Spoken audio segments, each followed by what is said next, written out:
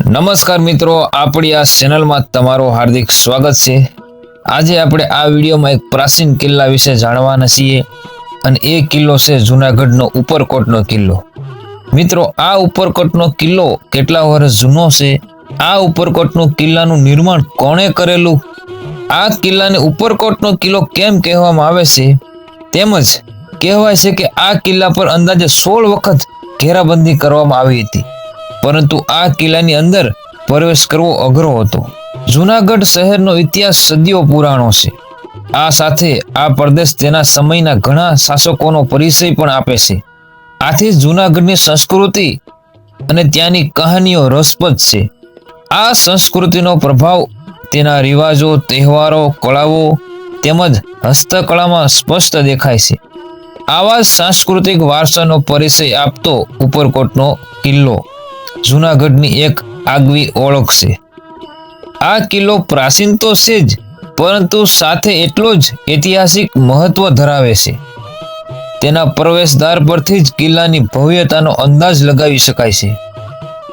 ઉપરકોટનો આ કિલ્લો ગુજરાતના નવાબ મહંમદ બેગડા અને ચુડાસમા શાસન યુગના પ્રતીક સમાન છે। રેવત કે રેવતક એટલે કે ગિરનારની તળેટીમાં આ કિલ્લો આવેલો છે। આશરે આજથી 5 વર્ષ પહેલા યાદવ કુળના મથુરાના રાજા ઉગ્રસેન એટલે કે કંસના પિતા દ્વારા આ પર્વત કાપીને આ કિલ્લાનું નિર્માણ કરવામાં આવ્યું હતું। તે સમયે કિલ્લાને રેવતનગર નામ આપવામાં આવ્યું હતું। આમ ઉગ્રસેન દ્વારા ઉપરકોટના પાયા નાખ્યા હોવાની જાણકારી મળે છે, પરંતુ ત્યારબાદ રાજપૂત વંશ શાસનમાં આવતા ગિરનારના ગઢ પરથી આ જગ્યાને જૂનાગઢ નામ આપવામાં આવ્યું। હાલમાં કિલ્લો 150 ફૂટની ઊંચાઈએ આવેલો હોવાથી આ કિલ્લો ઉપરકોટના નામથી ઓળખવામાં આવે છે। ઉપરકોટનું બાંધકામ મૌર્ય યુગમાં ઈસવીસન પૂર્વ 319માં મૌર્ય શાસક ચંદ્રગુપ્ત મૌર્ય દ્વારા કરવામાં આવ્યું હતું એવું કહેવામાં આવે છે। ગુપ્ત યુગ પછી સૌરાષ્ટ્રની રાજધાની બદલાતા આ કિલ્લો જંગલથી ઘેરાતા વિસરી ગયો હતો। ત્યારબાદ 10મી સદીથી આસપાસ ચુડાસમા શાસકના સમયમાં આ કિલ્લાને ફરી શોધવામાં આવ્યો હતો। એવું પણ કહેવાય છે કે ચુડાસમા વંશના રાજા રાખેંગાર એ પાટણ પર આક્રમણ કર્યું હતું। તે સમયે પાટણના રાજા સિદ્ધરાજ જયસિંહ માળવા સાથે યુદ્ધ કરવા ગયા હતા, પરંતુ મિનળ દેવી અને પાટણના મંત્રી શાંતુની કુશળતાથી રાખેંગાર ખાલી હાથે પાછો ફર્યો હતો।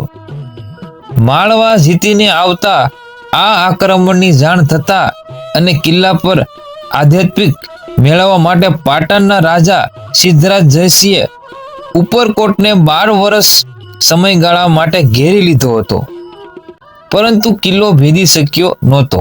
આ કિલ્લામાં આવેલા અનાજ ભંડારના ગોડાઉનમાં 13 વર્ષ સુધી ખાવા માટે અનાજનો સંગ્રહ કરી શકાય એવી સગવડ હતી, પરંતુ પાટણના રાજા સિદ્ધરાજ જયસિંહ કિલ્લામાં પ્રવેશ ન કરી શકે એ માટે 12 વર્ષ સુધી આ કિલ્લાનો મુખ્ય દ્વાર બંધ કરવામાં આવ્યો હતો।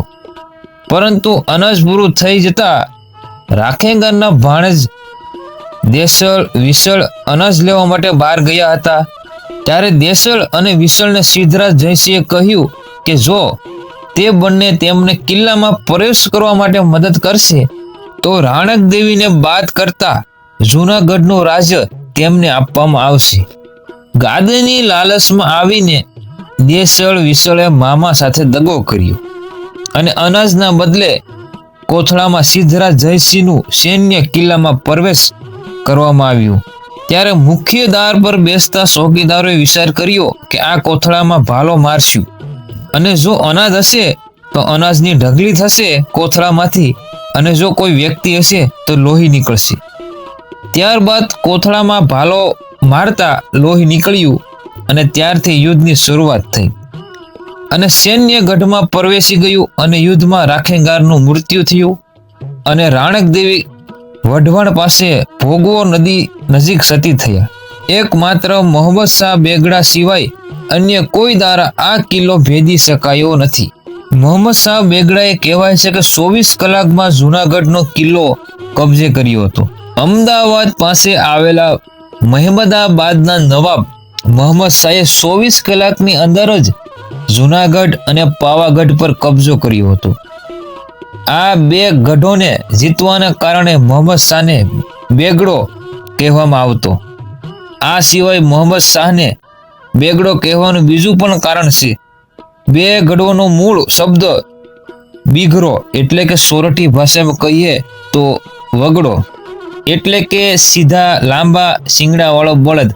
મોહમ્મદ શાહ દેખાવે લાંબી ધીંગી અને સીધી મૂછો રાખતો, તેથી તેને બીઘરા બળદનું બિરુદ પણ આપવામાં આવ્યું હતું. મોહમ્મદ શાહ બેગડાને ગુજરાતના અકબર તરીકે પણ ઓળખવામાં આવે છે. મોહમ્મદ બેગડાએ જૂનાગઢને મુસ્તફાબાદ નામ આપ્યું હતું. કિલ્લો જમીનની સપાટીથી આશરે 150 ફૂટની ઊંચાઈએ આવેલો હોવાથી ઉપરકોટ નામ પડ્યું છે.